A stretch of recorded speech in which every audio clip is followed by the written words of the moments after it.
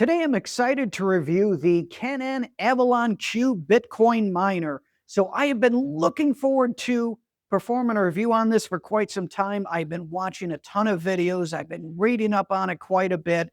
This is a cool miner because not only does it mine Bitcoin, but it could also be used as a heater, but it's extremely efficient, which is something that's key. And I'm using excess solar to power it. Now, it is still profitable if you're powering off the grid, but for me, I'm just using solar. So this is going to work out really good.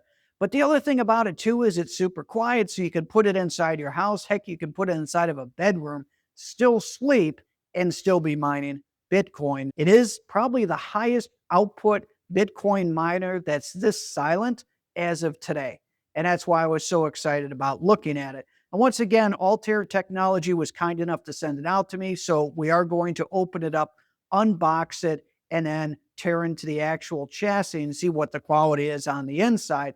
And then we'll probably have a follow-up video once it's all hooked up so I can show you what I'm doing. But mining off of solar, this is a cool way to use that extra power. So I do like the fact that it's double boxed. That is very nice to see. On the top looks like some of the accessories. So first thing is the Wi-Fi receiver. So you can either connect it directly with an Ethernet cable or you can use the wireless. Now the Ethernet cable is going to have a better response time. It's going to be lower latency in milliseconds. So with that being the case, it may mine just a little bit better with a direct connection, but Wi-Fi definitely works. It also comes with anti-slip feet. It has a mining pool card, and then you have the user manual. Here's the power cable.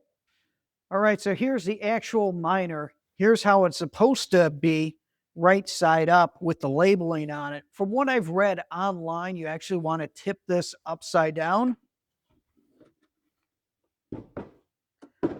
with the power supply facing down.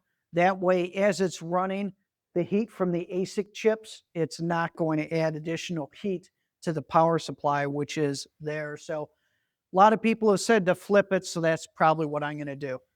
So looking at the front, so you've got your power button, reset, and then here's your small screen on it.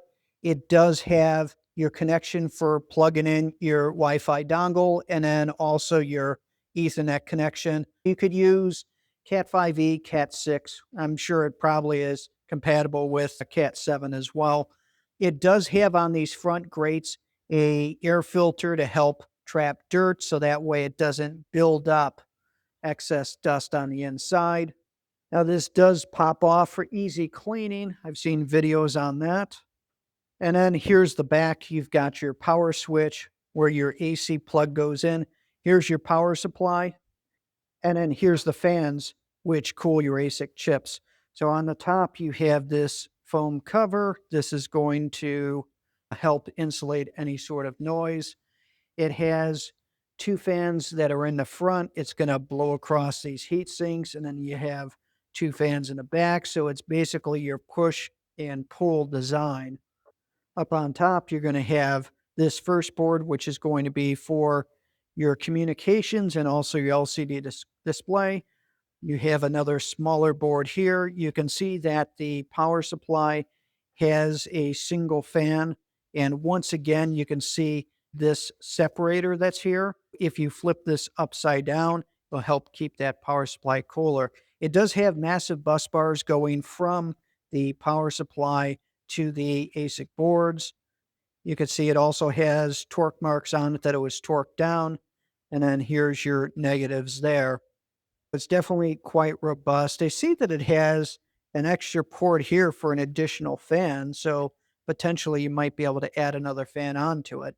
But from what I'm told, this does not have cooling problems like a lot of the other miners have. So this is quite nice. And as far as the ratings on the back, so the input is you can either use 110 or 240. It is 20 amps max. Power consumption is 1800 watts max. And then the hash rate, which now we're going to get into the actual specs on this. The hash rate is amazing. So it is 90 terahashes per second, which is pretty awesome. And a noise level it's saying is 45 to 65 decibels. And from what I've seen online, this is actually really realistic when it comes to how quiet this is. A lot of the miners that claim that they are quiet still put out a decent amount of noise. Yes, you can have them in the house, but you're not necessarily going to want it in your bedroom. Whereas this one, you can. So next thing we're going to do is power this thing on and let's hear what it sounds like. All right, so now we're going to look at the sound level. So I have this about a foot away. Let's see what it reads.